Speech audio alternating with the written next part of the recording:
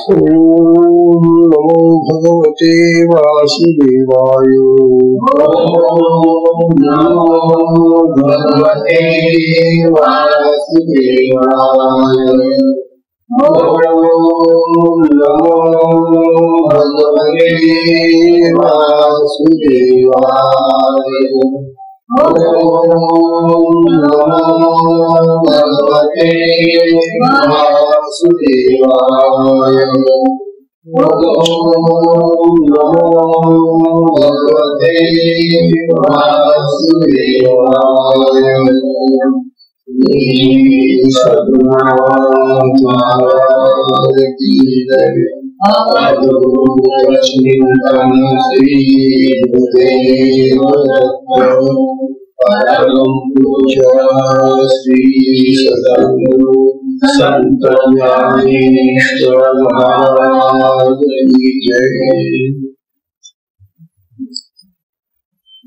परम पूजनीय श्री सद्गुरु संत ज्ञानेश्वर महाराज साधकांचे माय बाप बाल योगी आणि भगवान विष्णूचे अवतार असलेले ज्ञानोबा यांचा श्री अमृतानुभव तथा अनुभव अमृत नावाचा ग्रंथ आपण पाहतो। या ग्रंथाचं आपलं हे चौथं प्रकरण सुरू आहे। प्रकरणाचे नाव आहे अज्ञान ज्ञान भेद कथन। ज्ञान भेद कथन असं नाव दिलेलं। ज्ञानोबा आपल्याला या प्रकरणामधून असं सांगू इच्छिता की ज्ञान आणि अज्ञान याच्यामध्ये काय फरक आहे। अज्ञान काय असतो आणि ज्ञान काय असतं।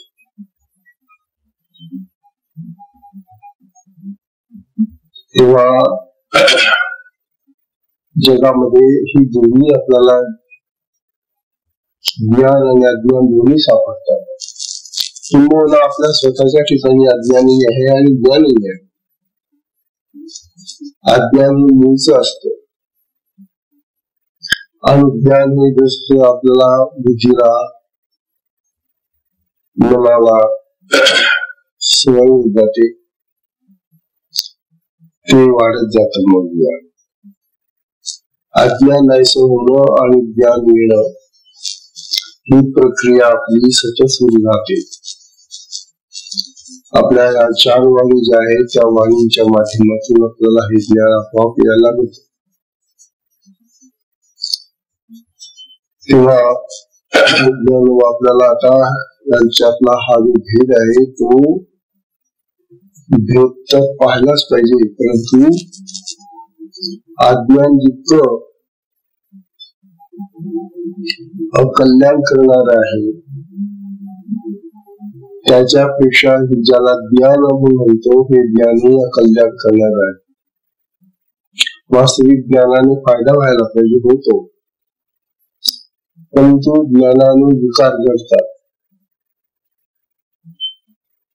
ज्ञानाने विकार घडतात, संस्कार येतात। ज्ञानामुळे अहंकार बळावतो, ज्ञानामुळे आसक्ती निर्माण होते।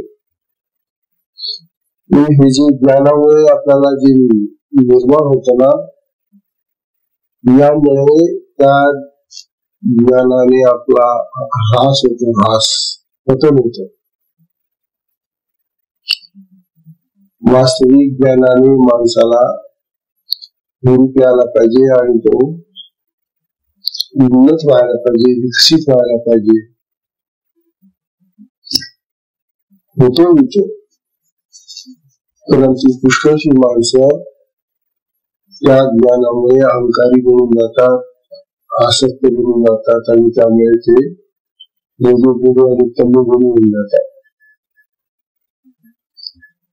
ज्ञानाला जर सत्वगुणाची जोड मिळाली, सात्विक संगती लाभली, संत सज्जनांचा सहवास घडला, तरच ते ज्ञान आपल्याला हितकारक होतं, फायदेशीर होतं। आणि जर ज्ञानाला आपल्याला सत्वगुण मिळाला नाही, आपल्यामध्ये सत्वगुण आला नाही आणि रजोगुण आणि तमोगुणामध्ये जर आपलं ते ज्ञान वावरत असलं तर मात्र मग आपलं अनहित होत, दुःख होतात,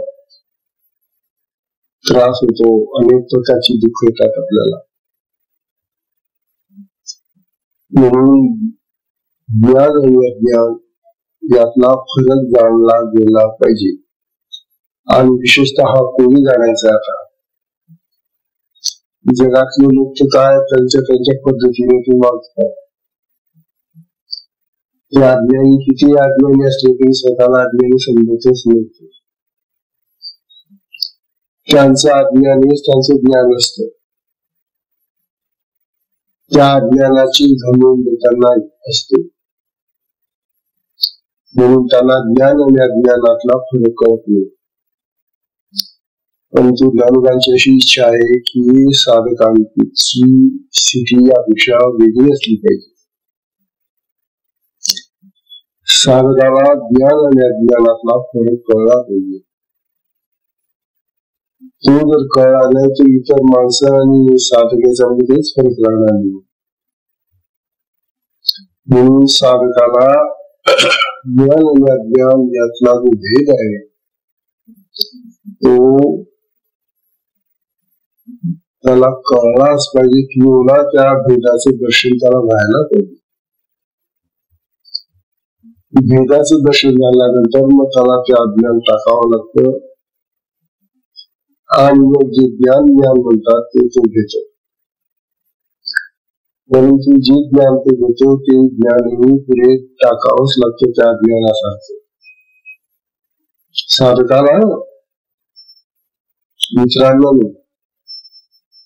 ज्याला आपण ज्ञान म्हणतो ते ज्ञानही शेवटी सोडावं लागतं, टाकावं लागतं. आणि मग तुमचं ज्ञान म्हणतात जे खरं चिरंतन अखंड असं शाश्वत ज्ञान आहे आणि ते आत्म्यामध्ये आहे, ते आत्म्याचं स्वरूप आहे. त्या ज्ञानाकडे जावं लागेल आणि हे कार्य फक्त साधकाला साधतं, भक्तांना साधतं, शिष्यांना साधतं. म्हणून आत्मज्ञान, लौकिक ज्ञान, शाब्दिक ज्ञान आणि अज्ञान असा 3 प्रकारचा हा ज्ञानाचा भाग झाला. त्यापैकी अज्ञान आणि ज्ञान हे जे आहे ते दोन्ही सोडून तो आत्मज्ञानाकडे यायला पाहिजे असं त्यांना वाटतंय. आता आज आपल्याला पुढची ओळी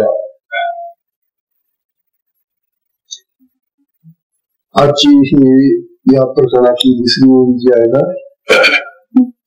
ती सांगतात मला काय म्हणतात. दृष्टांत देत आहे की का दर्पणाचा निघाला, का दर्पणाचा निघाला ऐक्यबोधू पहिला,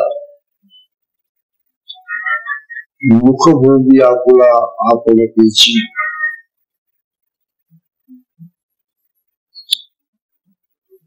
काय म्हणतात ज्ञानोबा. का दर्पणाचा निघाला, दर्पणाचा निघाला आणि ऐक्यबोधू पहिला.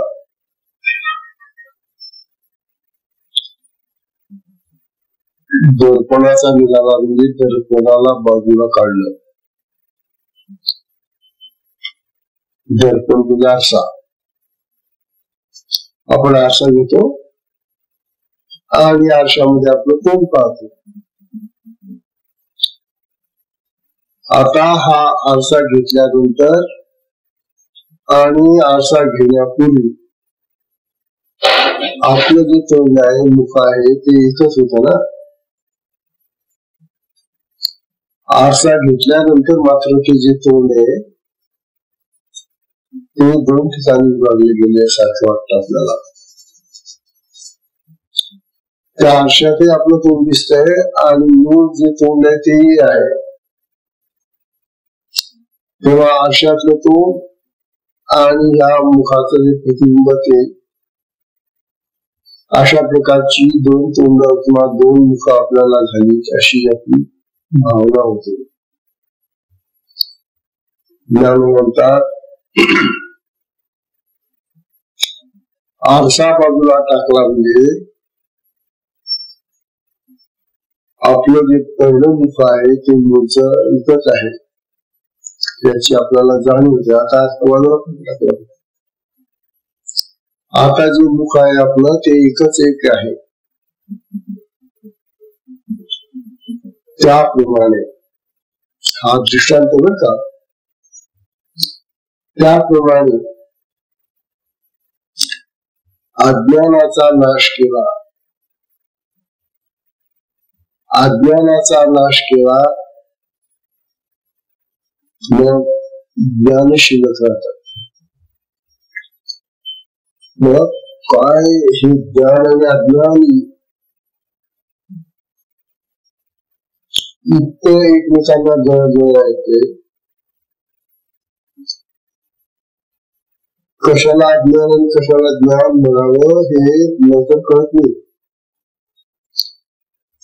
परंतु जाणवतात की जसं ते आरशामुळे आपल्याला तोंडाची विभागणी होते आणि तो आरसा बाजूला केल्याबरोबर आपलं मुख्य जे तोंड आहे तेच आपलं जवळ राहतं एकटं. आरसा बाजूला करावा लागतो ते दुसरं तोंड दूर करायला. तसं हे दुसरं जे ज्ञान आहे अज्ञान आहे, ज्ञान आणि अज्ञान याच्यामधलं पहिलं जे अज्ञान आहे ते दूर करावं लागतं. ते दूर करून मग ज्ञान राहतं. आता जिथं आम्हाला पहिलं दुसरं माहितीच नाही, पहिलं कोणतं अज्ञान आहे नंतर कोणतं ज्ञान झालं हे जर कळलं नाही तर मग कशाला ज्ञान म्हणायचं, कशाला अज्ञान म्हणायचं है ना. थोडी चमत्कारिक स्थिती होती माणसाची. म्हणून स्वतःला फार बुद्धिमान समजतो, ज्ञानी समजतो स्वतःला. परंतु अज्ञान त्याला दूर करता येत नाही. आणि समजा त्याने ते केलं तरी जे त्याला मिळालं ज्ञान म्हणून ते ज्ञान सुद्धा त्याला बंधनात टाकणार असतं. अज्ञानाचं बंधन तर आहेच. अज्ञानामध्ये जो असतो तो कैदीतच आहे. जसे गुन्हेगार लोक कैदीमध्ये टाकलेले असतात तुरुंगात, आणि तुरुंगामध्ये टाकलेल्या त्या कैद्याला ते कैदीचं जीवन जे असतं तुरुंगातलं जीवन तेच त्याला बरं वाटतं. तसं अज्ञानी माणसांना अज्ञानात राहणं आणि अज्ञानच आपलं खरं स्वरूप आहे असं वाटलं याची सवय त्याला दिलेली असते. अज्ञानाची सवय ज्याला झालेली आहे त्याला ज्ञान दिसत नाही.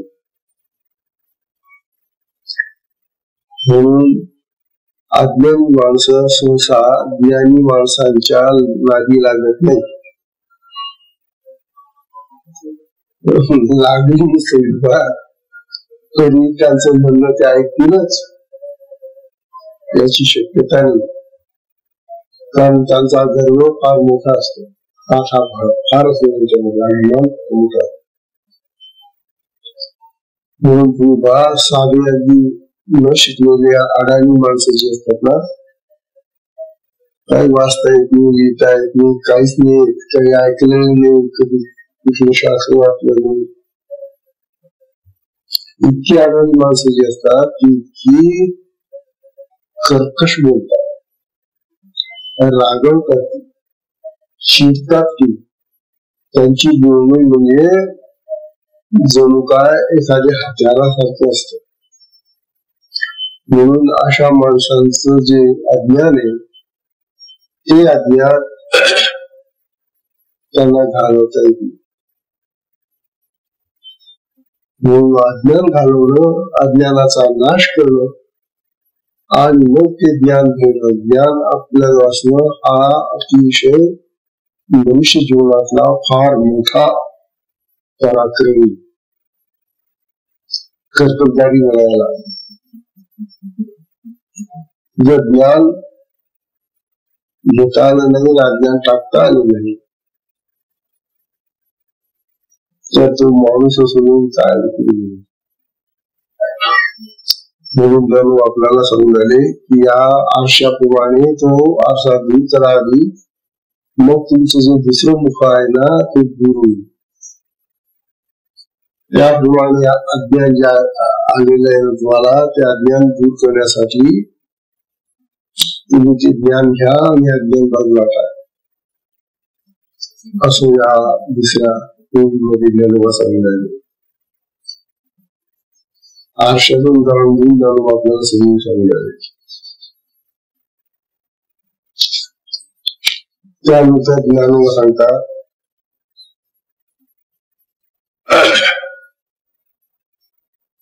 तिसरी ओळी आता आपल्याला 3-4 ओळ्यांमध्ये दृष्टांत येतात. म्हणतात ज्ञान जिया परी ज्ञान जिया तिया परी जगे आत्मोच्च करी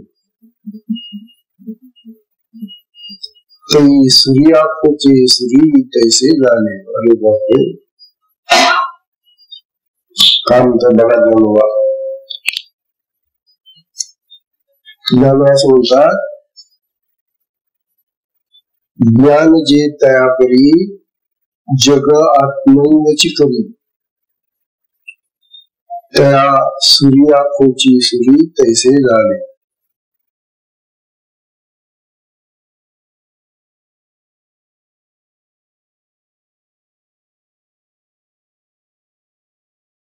ज्ञान आणि आता ज्ञान जे अज्ञान टाकलं आणि हे जे लौकिक ज्ञान आहे आता ते आमच्या हातात आलेले. जगाचं ज्ञान, जगासंबंधी विषयांचं ज्ञान, शब्दांचं ज्ञान, भाषेचं ज्ञान, शास्त्राचं ज्ञान, शाब्दिक ज्ञान हे आमच्या हातात आले. आता हे लौकिक ज्ञान आहे, जगाचं ज्ञान आहे. आता हे जगाचं ज्ञान आणि आत्म्याचं ज्ञान आणखी वेगळं आहे. आत्म्याचं ज्ञान आत्मस्वरूपात आहे आणि हे जे आता आलेलं ज्ञान आहे हे बुद्धीनं तयार केलेलं ज्ञान आहे, बुद्धीनं आलेलं ज्ञान आहे. आता या दोन ज्ञानामुळे संघर्ष आहे. आत्मज्ञान आणि लौकिक ज्ञान, जगाचं ज्ञान यांच्यामध्ये संघर्ष कसा आहे म्हणजे सूर्याने सूर्य खुपसावी. एक सूर्य आहे, ती सूर्य दुसऱ्या सूर्याला खुपसते. ज्ञानाने जसं त्या पहिल्या अज्ञानाला सोडलं आपलं, आता ही सूर्य आपली ज्ञानाची सूर्य आपण आत्मज्ञानाकडे घेऊन जातो. म्हणजे आत्मज्ञान आहे ना, ते आत्मज्ञान याच्यापेक्षा भारी आहे. तेव्हा ह्या दोन ज्ञानामध्ये संघर्ष येतो. आणि याने आत्मज्ञानाकडे जाताना पहिल्या अज्ञानाला नष्ट करून हे आलेले आहे. आणि याला आता ते आत्म्याचं ज्ञान पाहिजे. आत्म्याच्या ज्ञानासाठी हे जे लौकिक ज्ञान आहे ते धडपड करतात. आणि आमची धडपड चालली आहे ना आता. आपली जी धडपड आहे आता, आपल्याला आत्मज्ञान तर नाहीये आणि अज्ञान पुष्कळच आम्ही सोडलेले आहे. आता असलेलं हे जे जगाचं ज्ञान आहे, हे जगाचं ज्ञान घेऊन आम्ही आत्म्याकडे चाललो. आता या दोन ज्ञानामध्ये तुझी भांडण आहे, हे सुरूने सुरू फुसावे एकमेकांना असे झाले. कोणतं मरेल आणि कोणतं जीवन करेल, तर लौकिक ज्ञान मरेल. लौकिक ज्ञान हे नश्वर ज्ञान आहे, जगाचं ज्ञान येते, विषयांचं ज्ञान येते, शब्दांचं ज्ञान येते, इंद्रियजन्य ज्ञान येते, म्हणून ते नरते आहे. मरणाऱ्या ज्ञानाने आणि अमर ज्ञानाशी लढायचं ज्ञान. अमर ज्ञान कोणते? आत्म्यामध्ये. आत्म्याच्या अमर ज्ञानाशी आम्ही या मरणाऱ्या ज्ञानाने लढतो. असंच कोणत्या ज्ञानाला विजय कोणाचा होईल? स्वाभाविक आत्मज्ञानचं श्रेष्ठ आहे सगळ्यात. आत्मज्ञान हे अमर ज्ञान आहे, ते बदलणार नाही, आत्म्यासारखंच येते. आत्मा म्हणजे ज्ञान आहे. हो, आत्मा आणि ज्ञान हे दोन असे वेगळे नाहीच, अगोदर सांगून झालेले. आत्मा ज्ञान स्वरूप आहे. जशी साखर गोड गोडी रूप आहे, साखर आणि गोडी जसे दोन भिन्न पदार्थ नाही, तसं आत्मा आणि त्याचं ज्ञान असे दोन वेगळे नाही. इतर जगाच्या बाबतीमध्ये तसं नाही. मात्र जगाच्या बाबतीमध्ये त्रिपुटी आहे, द्वंद्व आहे, तसं आत्म्याच्या बाबतीत नाहीये. आत्म्यामध्ये त्रिपुटीच चालत नाही, आपण पाहिलेलं. म्हणून आत्मज्ञान आणि जगाचं ज्ञान यांच्यामध्ये संघर्ष आला. कारण या ज्ञानाच्या बळावर आम्ही आत्मज्ञान प्राप्त करू इच्छितो. अहो, आम्ही ग्रंथ वाचलेलो, आम्ही वेद वाचलेलो, आम्ही पुरुषित वाचलेलो, आम्ही भगवद्गीता वाचली ना, आम्ही ज्ञानेश्वरी वाचतो ना, आम्ही चांगली 65 वाचली ना, आणि आता आरती वाचतो ना मी ग्रंथ, मग आता आम्हाला आत्मज्ञान करणार. हा असला प्रकार आहे आत्मज्ञानाकडे जाण्याचा. असल्या प्रकाराने आत्मज्ञान कधीच होणार नाही. आणि ज्या ज्ञानाच्या ताठ्याने तुम्ही त्या आत्म्याकडे चालला आहात,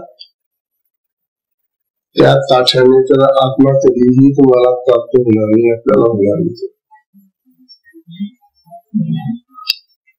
म्हणून आत्मज्ञान प्राप्तीसाठी हेही ज्ञान आपल्याला सोडावं लागेल. जसं अज्ञान सोडलं, ज्ञान घेतलं,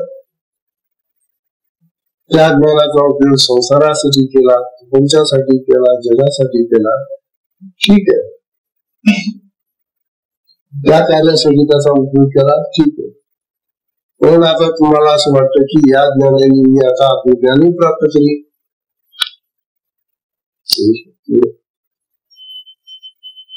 म्हणून लौकिक ज्ञानाने, शाब्दिक ज्ञानाने, ग्रांथिक ज्ञानाने, इंद्रियजन्य ज्ञानाने आत्मज्ञान प्राप्त होते, आत्मा प्राप्त होते. हा विचार आपण साधकांनी नेहमी लक्षात ठेवला पाहिजे. आत्मज्ञान हा अगदी वेगळा येते. या ज्ञानाचा त्या ज्ञानाशी काही मात्र सुद्धा संबंध नाही. कारण आत्म्यामध्ये विषय नाही, आणि आत्म्यामध्ये इंद्रिय नाही, आत्म्यामध्ये संसार नाही, आत्म्यामध्ये प्रपंच नाही, आत्म्यामध्ये विकार नाही. कितीतरी भिन्नता आहे या आत्म्याच्या स्वरूपामध्ये, आणि आपलं आज जे स्वरूप आहे ज्ञानाचं, याच्यामध्ये भयंकर फरक आहे. त्यामुळे या ज्ञानाने आपण आत्म्याकडे जर किती प्रयत्न करून पाहिला जाण्याचा, आणि ते ज्ञान प्राप्त करण्याचा प्रयत्न केला तरी आत्मज्ञान कधीही प्राप्त होणार नाही.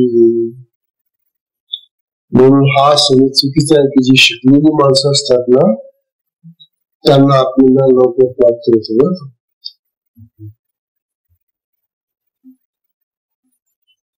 असं जर काही समज असेल कोणाचा तरी चुकीचं आहे. किंवा असा समज असेल की बा जो अज्ञानी आहे ना जो शिकलेला आणि अडाणी ना त्याला आत्मज्ञान लवकर प्राप्त होत ते तर बिलकुलच चुकीचं आहे. म्हणजे अडाण्याला ते प्राप्त होत नाही शिकलेल्याला प्राप्त होत नाही. कोणाला प्राप्त होत आत्मज्ञान हे आत्म्याला पसंत असलेल्या शिष्याला साधकालाच प्राप्त होत. आत्म्याला पसंत पाहिजे. आता आपली कसोटी कशी आहे.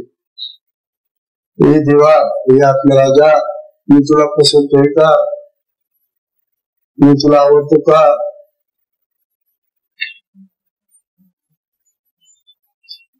जर तो आत्मा आपल्यावर खुश असला तो जर राजी असला तो जर आपल्यावर प्रसन्न असला तरच आत्म्याचं ज्ञान आपल्याला होतं.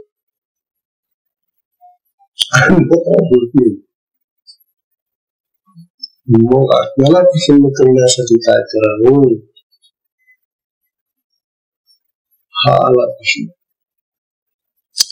आता इथे कळून गेलं आपल्याला की या लौकिक ज्ञानाने या शास्त्र ज्ञानाने या कुठल्याही ग्रंथी ज्ञानाने आत्मज्ञान प्राप्त होत नाही आणि शेवटी हे ज्ञान अज्ञानासारखं सोडावं लागतं.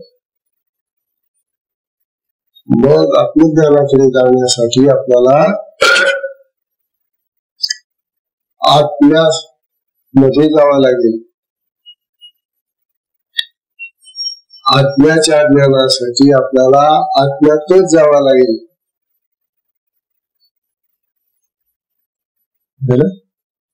तेव्हा आत्म्यामध्ये जाण्यासाठी मग काय करायचं आत्मस्वरूप होण्यासाठी काय करायचं. आमचं देह स्वरूप आहे. आज आम्ही जीव भावात आहोत. मी जेव्हा आम्ही म्हणतो तेव्हा आम्ही या देहाचाच विचार करतो ना. जीव भावात आहोत देह भावात. मग देह भाव मला टाकावा लागेल आपल्याला टाकावा लागेल. जीव भाव सोडल्याशिवाय शिवभाव प्राप्त होत नाही. म्हणून मी देह नाही मी आता आत्मा होतो. मी आत्मस्वरूप आहे. मी आत्मा आहे. म्हणून आत्मचिंतन ज्याचं वाढलं आत्म्याचं स्मरण सदैव करतो. आत्म्याला सदैव आठवतो. त्याची वाहवा करतो. त्याची स्तुती करतो. त्यालाच तो आत्मा प्रसन्न होतो. मोठी साधन आहे. या साधनेने आम्ही आत्म्याला प्रसन्न करतो आणि म्हणून ती शक्ती जी आहे त्याची ती आम्हाला त्या आत्म्याकडे घेऊन जाते. म्हणून आता ज्ञान आपल्याला समजाले ज्ञान ते त्यापरी जग आत्मैवच करी. जग आत्मैवच करी म्हणजे त्या ज्ञानाने आम्ही जगाला आत्म्याचं स्वरूप आणून पावतो. या लौकिक ज्ञानाने आत्म्याला ज्ञानवंता तसं नाही चालत. त्या सूर्या आखोची सुरी तैसे झाले.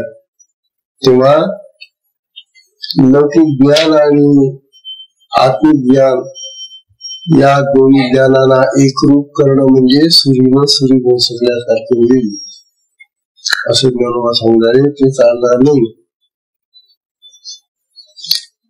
असा मोठा सुंदर हा ज्ञानोबांनी दिलेला उपदेश लक्षात घ्या. किंवा त्यामुळे आता दुसरं उदाहरण देतात आपल्याला. ज्ञान म्हणतात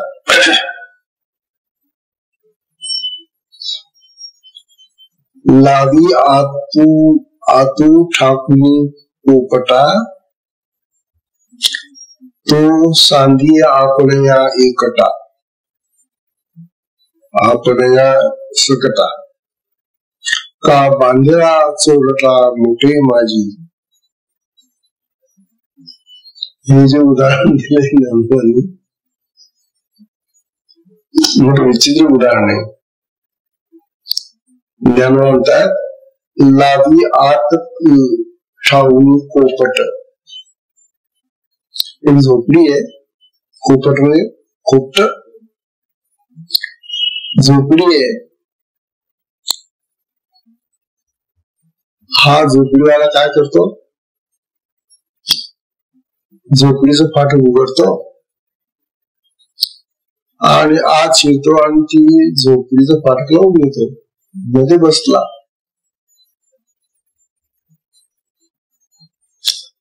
लावी आत ठाऊनी पोपट.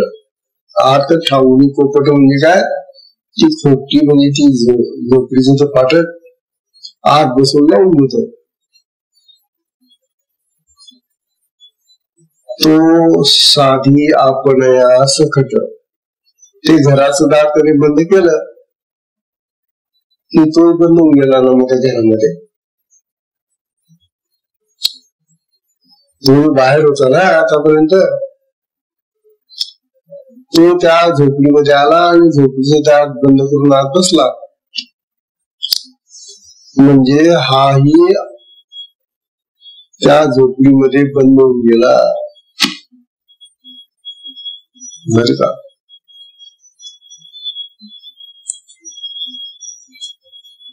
किंवा दुसरं उदाहरण ज्ञानोबांनी दिलेले, किंवा एखाद्या चोराने म्हणे एखाद्याच्या घरातला पुष्कळसा माल चोरला आणि त्याच मोठं भेंडोळ किंवा मोठं असा मोठेसारखं गाठोडं बांधलं आणि त्या गाठोड्यामध्ये तोही जाऊन बसला चोर.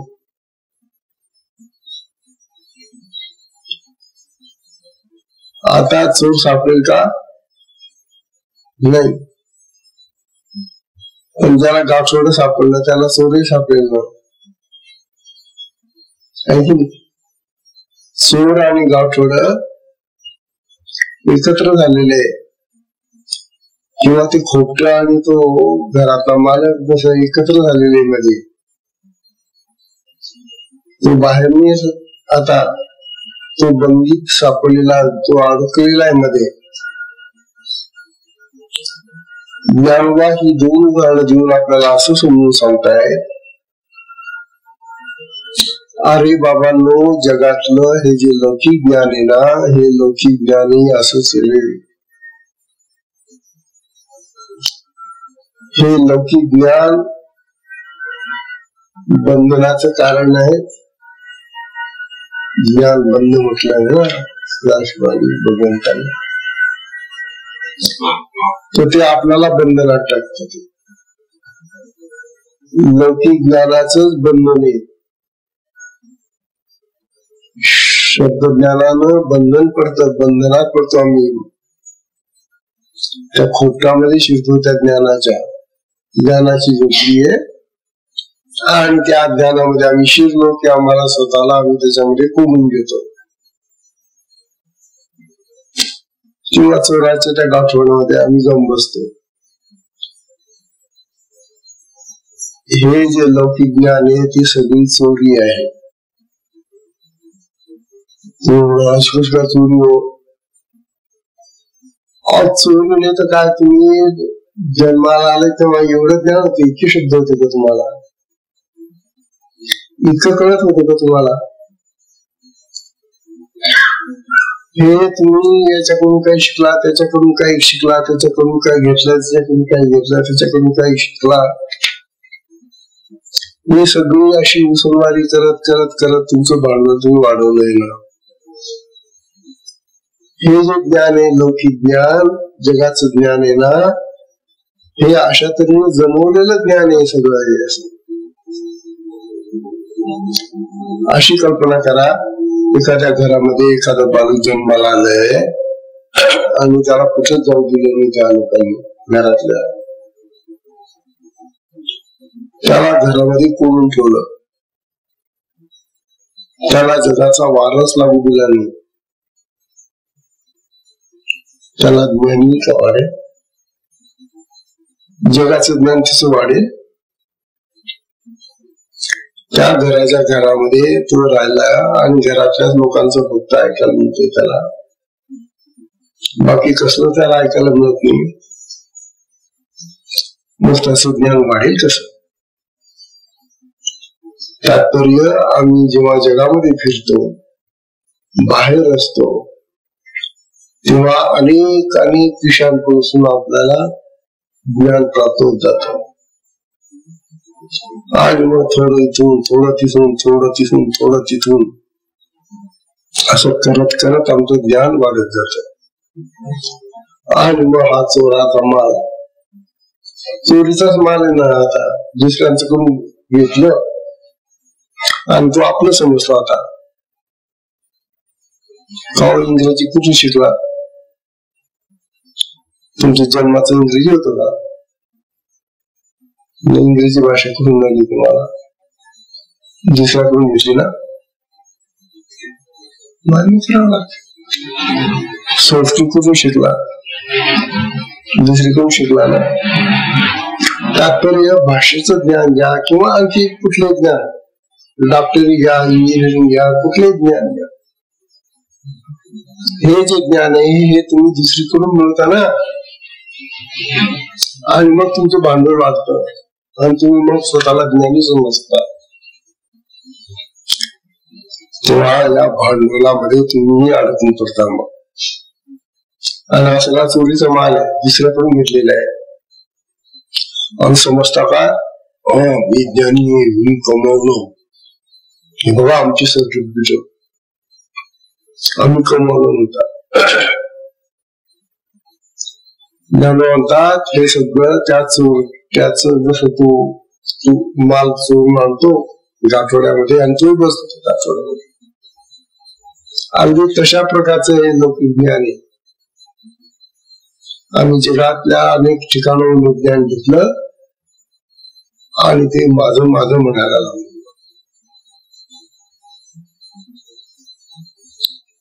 अशा प्रकारचं हे जे लौकिक ज्ञान आहे, जगाचं ज्ञान आहे, हे आम्हाला बंदी खाण्यात टाकणार ज्ञान आहे. आणि याच्यामधून आम्हाला आत्मज्ञानाकडे तर मुळीच जाता येणार नाही. मग बंदी पडले की कसं काय जाशील? ज्या ज्ञानाने बंधन घातलेलं आहे ते ज्ञान आम्हाला आत्म्याकडे जाऊ देईल का? मग म्हणून शिकलेली माणसं जास्त नास्तिक होतात.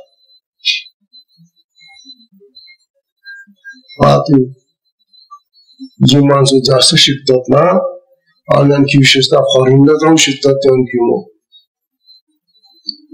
तो आणखी मोठा त्यांचा अभिमान. अहो, आम्ही या भारतातल्या शाळांमध्ये नाही शिकलो, आम्ही अमेरिकेमध्ये, इंग्लंडमध्ये, मोठ्या देशांमध्ये शिकलो, म्हणजे आमचं ज्ञान मोठं भारताच्या लोकांपेक्षा. ते जास्त नास्तिक झाला.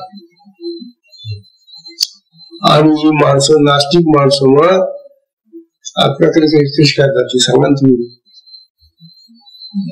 म्हणून आपल्या मुलांना परदेशात शिकायला पाठवतात लोक. कशासाठी? जास्त ज्ञानी व्हावा, जास्त हुशार व्हावा, जास्त त्याने कमवावा पैसा. पण तो एवढं मोठं नुकसान करून घेतो किंवा आम्ही त्याचं एवढं मोठं नुकसान करतो की त्याला आत्म्याबद्दल काही जाणीव नसते. तो आत्मा काही समजतच नाही त्याला, पूर्ण नास्तिक बनून जातो. आणि अशा नास्तिक माणसांमुळे ती मुलं त्या आई बापांना सुद्धा किंमत देत नाही. बघा तुम्ही,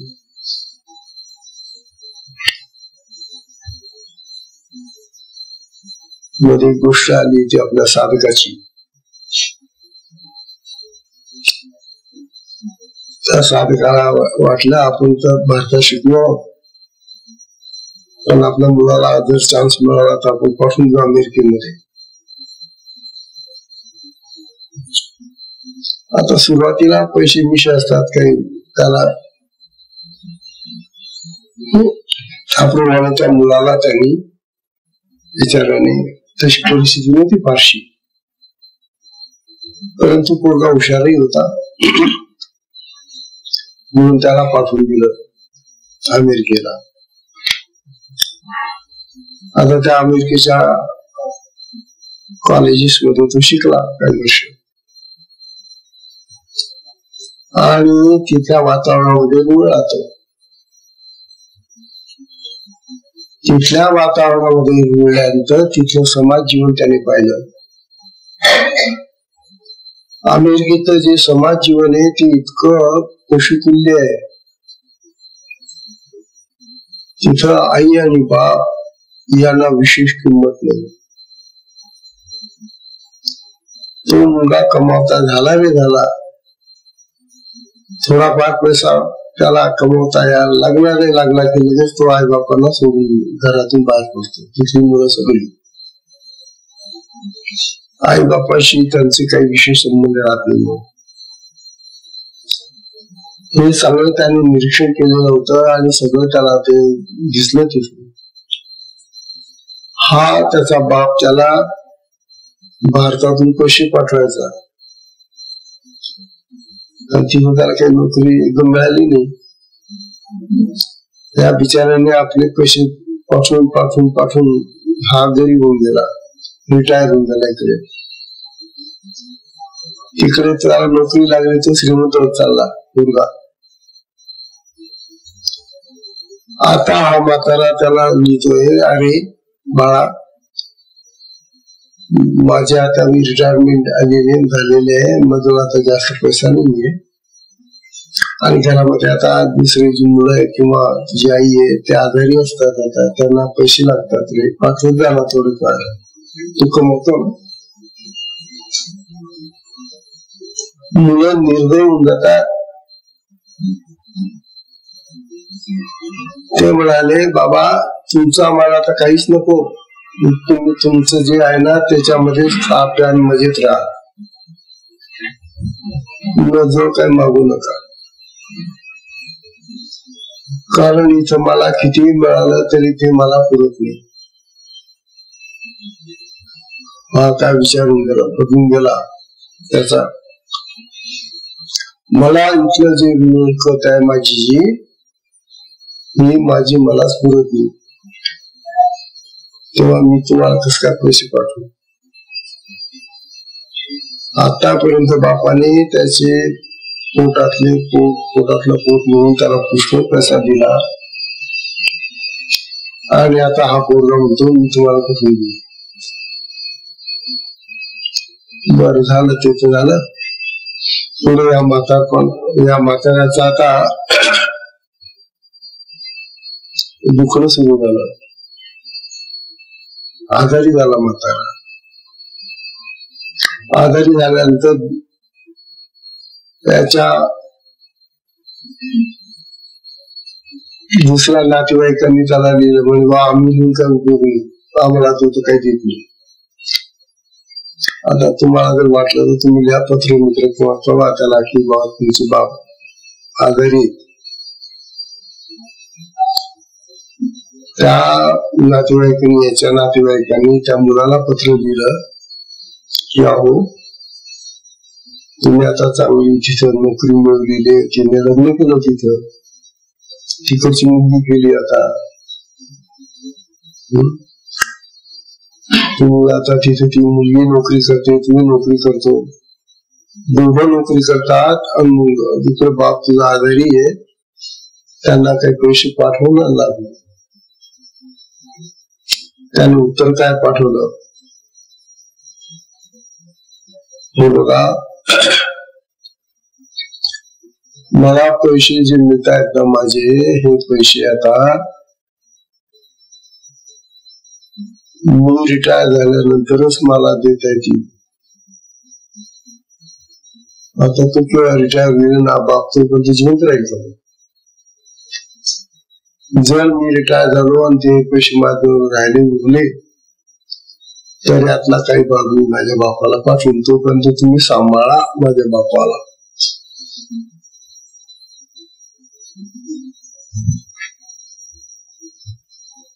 हा उद्दामपणा आहे.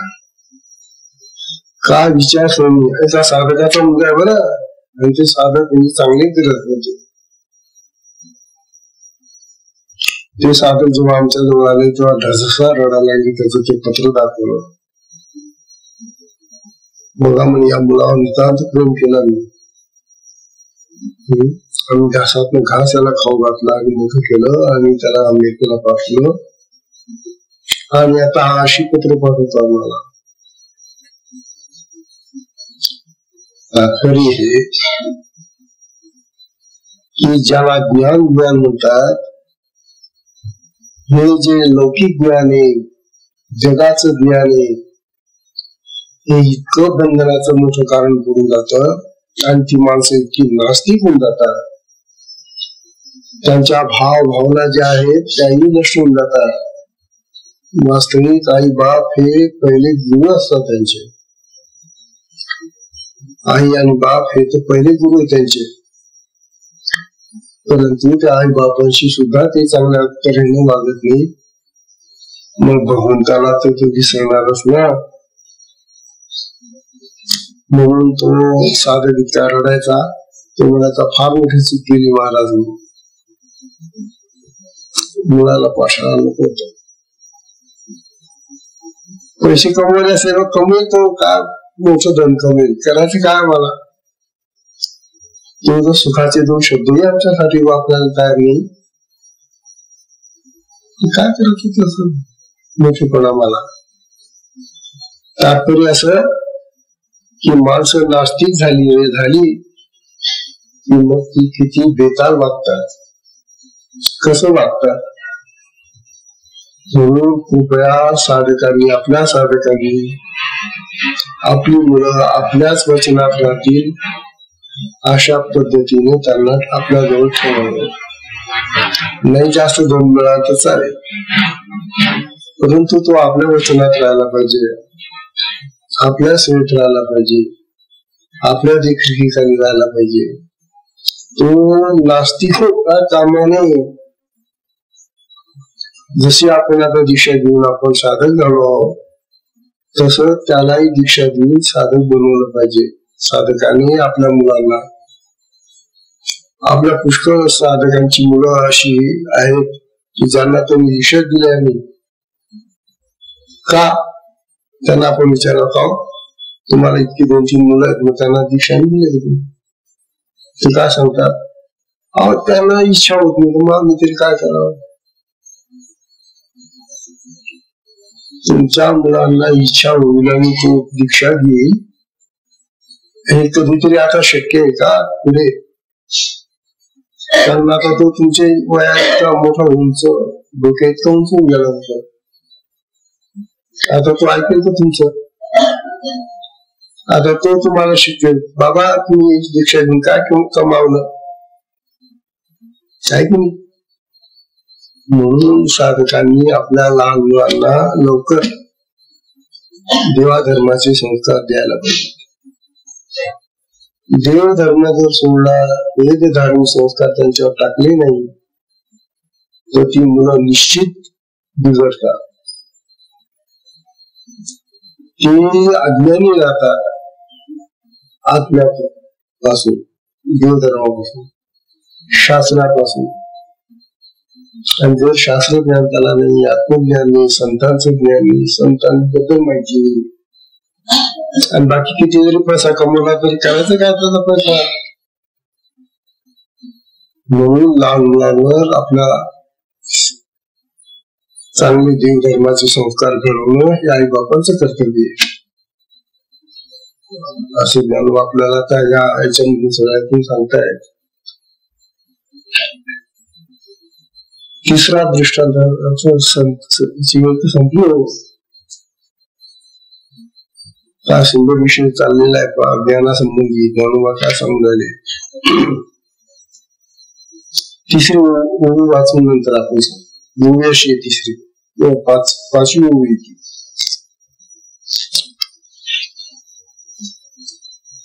आगी पोता सवेचे निमिसे, आगी पोता सेचे निमिसे आपण पे जाळले जैसे, ज्ञान अज्ञान नाशे तैसे झाले. ज्ञानोबा दृष्टांत पुन्हा. आगी पोता सेचे निमिसे आपण पे जाणले जैसे, ज्ञान अज्ञान नाशे तैसे झाले. इथं पोता शब्द जो आहे तो कापराला उद्देश वापरलेला आहे.